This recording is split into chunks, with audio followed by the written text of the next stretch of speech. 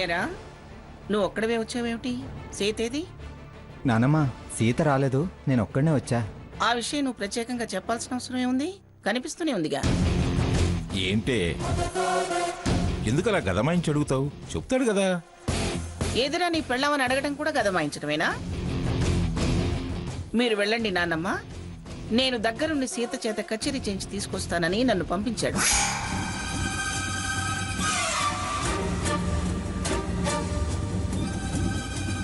మరొక్కడే ఇలా వస్తే అడగద్దా? ఏరా నోరు మెదపవే. ఈయన గారేమో నిన్ను గదమాయిస్తున్నాను అంటారు. సీత తర్వాత వస్తుంది నానమ్మ. తర్వాత రావటం ఏమిటి? నీతో పాటు ఎందుకు తీసుకురాలేదు? అందరం వచ్చేసాక అక్కడ దానికి పని.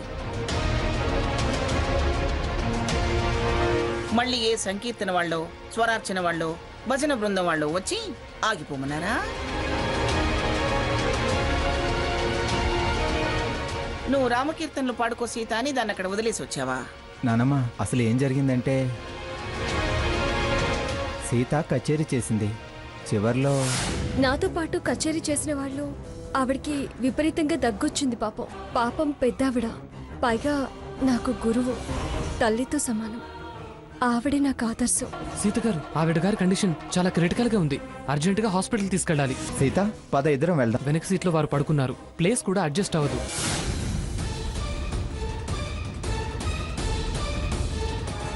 ఏంటి, సంజయ్తో పాటు పేషెంట్ వెంట వెళ్ళిందా? అవును. ఏమిటిది? రక్తదానాలు, శ్రమదానాలు అంటూ కట్టుకున్న మొగుణ్ణి, అత్తారింటిని వదిలేసి ఇదిలా పరిగెత్తడం ఏమిటి?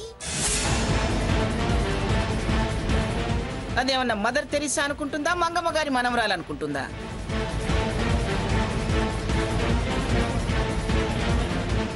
వెళ్ళేటప్పుడు జంటగా వెళ్ళింది, మళ్ళీ వాడిని వదిలేసి రాలేక జంటగా తిరుగు ప్రయాణం కోసం ఏదో దొంగ నాటకం ఆడింది.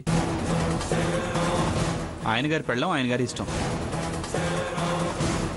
ఏమనంటే నిప్పు, నిందలేయకు, కలికాలపు సీత, పవిత్ర ఇల్లాలు అంటాడు.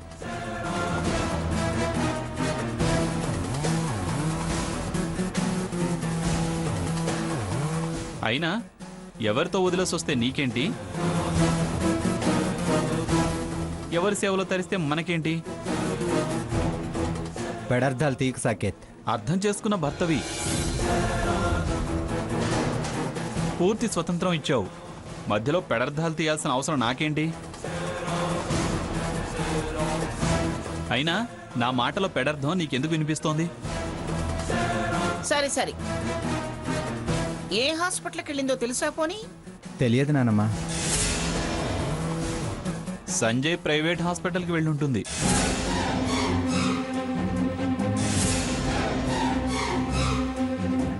అర్జెంటుగా వెళ్ళి దాన్ని తీసుకురాపో. ఇక్కడికి వచ్చారో లేదు ప్రమాదంలో ఉందని అక్కడే ఉన్నారో ఓసారి ఫోన్ చేసి కనుక్కుంటే పోలా? రేయ్ ఓసారి ఫోన్ చేయి. చేయరా.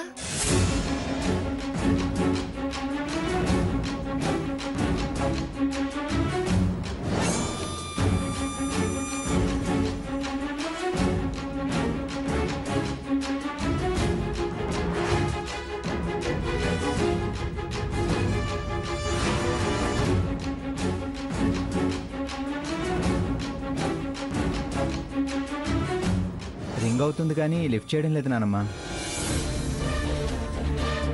పేషెంట్కి ఎలా ఉందో ఏమో, సీత టెన్షన్లో ఉండుంటుంది. మానవ సేవలో బిజీగా ఉందేమో. ఫోను లిఫ్ట్ చేసే తీరిక కూడా లేదేమో.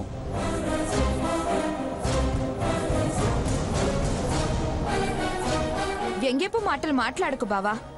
నిన్న హారితిని సంజయ్కిచ్చి పెళ్లి చేస్తానన్నందుకు కోపమా?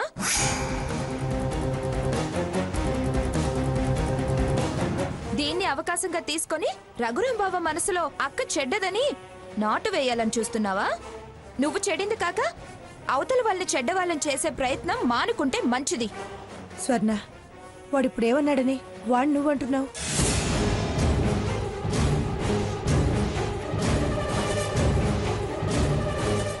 వాడు ఏ అర్థంతో అంటున్నాడో నీకు అర్థం కావట్లేదా లక్ష్మి? వాడే అర్థంతో అన్నా వీడు చేసింది మాత్రం తప్పు. అలా వదిలేసి రావటం పద్ధతి కాదు. ఏంటి నానమ్మ పద్ధతి కాదు తప్పు అంటారు?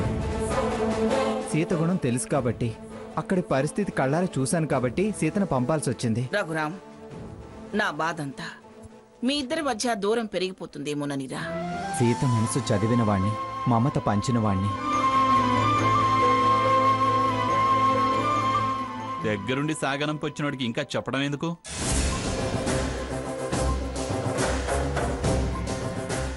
కళ్ళారా చూశాక కానీ బోధపడదు. ఏందిరా కళ్ళతో చూస్తే బోధపడేది? చూసి బోధపడబట్టే కదా పంపించింది. మా శ్రీవారి అర్థాలే వేరు. మనం కళ్ళతో చూసినా బుకాయించేసి అబద్ధం ఆడే గుణం. అందుకే అలా మాట్లాడుతున్నాడు. ఎంతసేపు అక్కని ఆ దృష్టితోనే చూస్తున్నాడు. ఏయ్, నువ్వు మాట్లాడకు. సీత గురించి మీరేం వరీ అవ్వకండి, తను వచ్చేస్తుంది నానమ్మ. ఎవరి అభిప్రాయాలు వాళ్ళకున్నాయి. వారు దీన పరిస్థితుల్లో ఉన్న జనాన్ని ఉద్ధరించడానికి వెళ్ళారట. మన చర్చలు ఎందుకు? గ్రాని, నేను బయటికి వెళ్తున్నా. ఎక్కడికిరా? నాకంటూ వ్యాపారం ఉంది, వ్యాపకం ఉంది, పనులున్నాయి. ఎక్కడికంటే ఎక్కడికి? ఆఫీస్కి.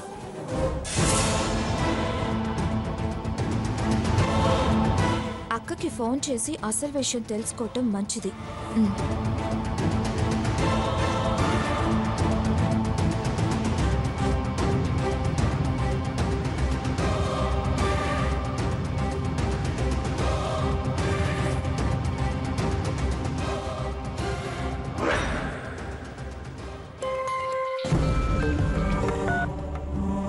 అక్క, నేను. నువ్వా? ఎవరో ఏమోనని హడిలి చచ్చాను. ఏం చెప్పాలా అని భయపడుతూ ఉన్నాను. అత్తయ్య గారికి ఎలా ఉంది? స్వర్ణ, నాకేం చేయాలో అర్థం కావడం లేదే. నీకిందాక బావ ఫోన్ చేశాడు.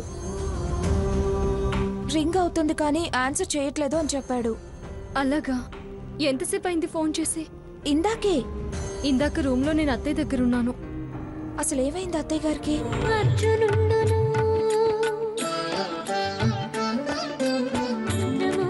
ముగిసుకుడు పఠించే ముంగిట విష్ణు మంత్రము, ముగిసుకుడు పఠించే మింగడమై నాకు నవ్వే. స్వర్ణ, ఏ స్వర్ణ! వస్తున్నా అమ్మమ్మ. అక్క, అమ్మమ్మ గారు పిలుస్తున్నారు. నేను మళ్ళీ చేస్తాను.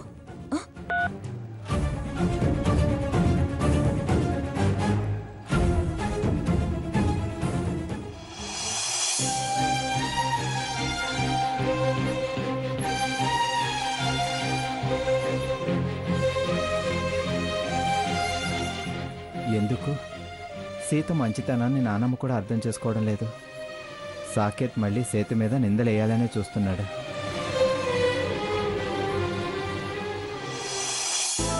సీత వచ్చాక రేపో ఎల్లుండో నానమ్మకు చెప్పి సీతను తీసుకుని అమ్మ దగ్గరకు వెళ్ళాలి.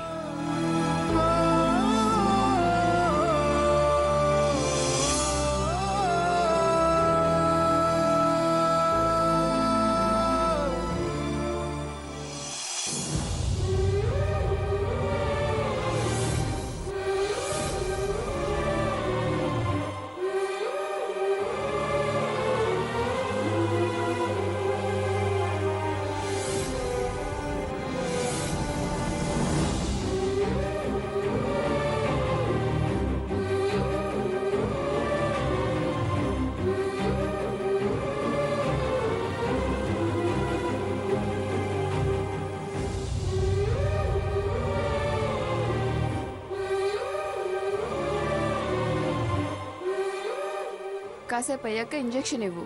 స్పృహలోకి వచ్చాక ఇన్ఫార్మ్ చేయి. Okay doctor.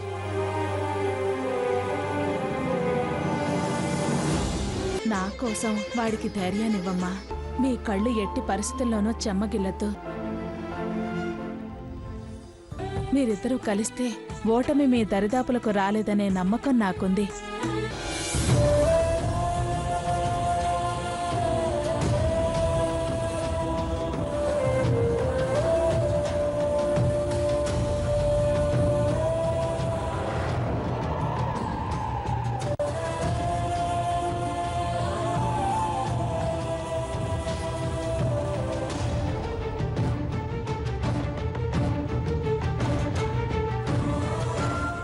సిస్టర్ సాచురేషన్స్ బానే ఉన్నాయి, ఆక్సిజన్ మాస్క్ తీసేయండి. Okay doctor.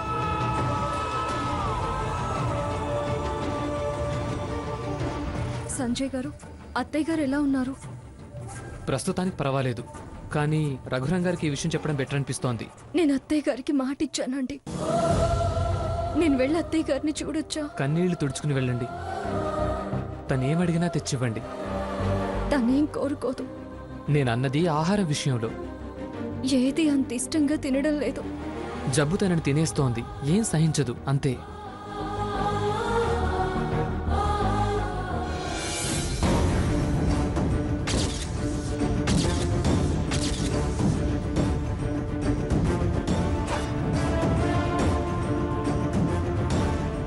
హారతి